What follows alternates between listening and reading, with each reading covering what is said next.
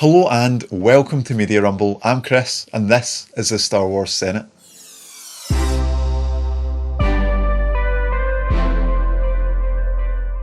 Now this week's episode of Star Wars Rebels is called Twin Suns, and for a very good reason. We get to see Darth Maul return to Tatooine, the planet where he first revealed himself to the Jedi, and at last he is there to have his revenge upon the Jedi who cut him in half. Obi-Wan Kenobi. Now there is no better place for this showdown to happen, as it would be very poetic. George Lucas has always said that Star Wars is about symmetry, and to have a final showdown in the location where one of the ultimate antagonists of this saga began his story would be perfect. We could see two characters who have learned and lost so much over the years since their first indirect encounter in the Phantom Menace, and can understand what it means for Maul to have an opportunity to exact his revenge which he so desperately craves. As Obi-Wan Kenobi has previously said, Sith deal in absolutes, and for Maul there is only two solutions for his mission. Either he kills Obi-Wan Kenobi or he doesn't. Now Obi-Wan Kenobi is a character who has immeasurable influence over the events of the original trilogy, so by that logic Maul's mission is doomed to fail.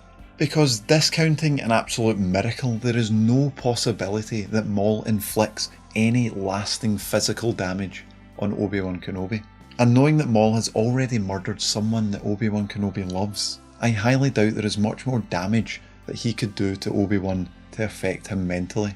So that leaves me with the question, is it possible for Darth Maul to defeat Obi-Wan Kenobi? I'm honestly going to say that it's not possible. The only way that Obi-Wan Kenobi could fail is if he fails his mission to protect Luke. At the time of A New Hope, Luke only sees Obi-Wan as an old hermit, so to have Maul interact with Luke in any meaningful way would be frankly ridiculous. And it's not exactly something which could be explained away with the reason that Luke was too young to remember or understand the events that were unfolding. It's also highly unlikely that Obi-Wan will simply strike Maul down in a one-on-one duel. It's just simply not the way I see this feud ending, because I think it'll be a much more complex ending with Ezra having an enormous part to play. Now we know from the synopsis that Ezra will try and stop Maul from completing his mission. Now last time we saw something similar to this was in Revenge of the Sith, where it ultimately led to the death of Mace Windu at the hands of Anakin. Now the relationships within this scenario are more defined. Ezra clearly sees Obi-Wan Kenobi as a source of knowledge, and specifically the knowledge on how to destroy the Sith. And an educated guess from me about this scenario would be that Darth Maul would be just about to kill Obi-Wan when Ezra intervenes. Now in my mind this can lead to three possible scenarios.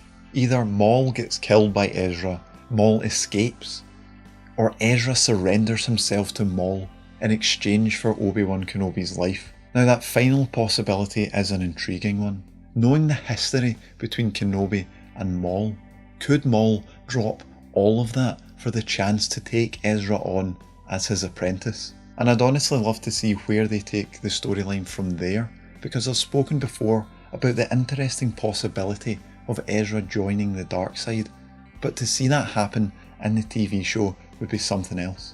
And I honestly believe that Luke's presence will also be an enormous influence over the storyline for these characters, because Obi-Wan Kenobi's sole purpose on Tatooine is to protect Luke. And if Ezra manages to see the importance of Obi-Wan's survival, him sacrificing himself could ultimately lead to the rebellion's success. And honestly, I do think that this will be the last time we see Obi-Wan Kenobi in Star Wars Rebels, because to involve him in any more than a simple cameo appearance would tarnish his exile. If he was in regular contact with the other Jedi, he would simply be a glorified babysitter, as Obi-Wan's anonymity is a vital part of his protection of Luke.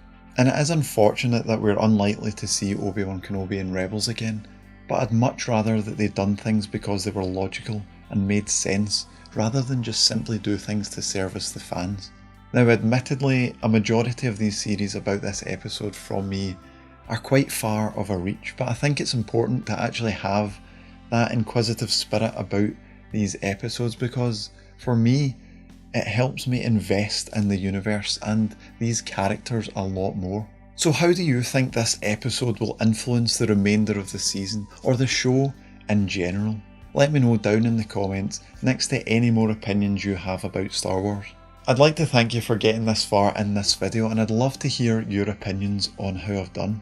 And if you want to see more videos like this, you can check out the videos below, or you can subscribe to the channel in order to keep up to date on each video as it's released. I'm Chris, and thanks for watching the Star Wars Senate. May the Force be with you.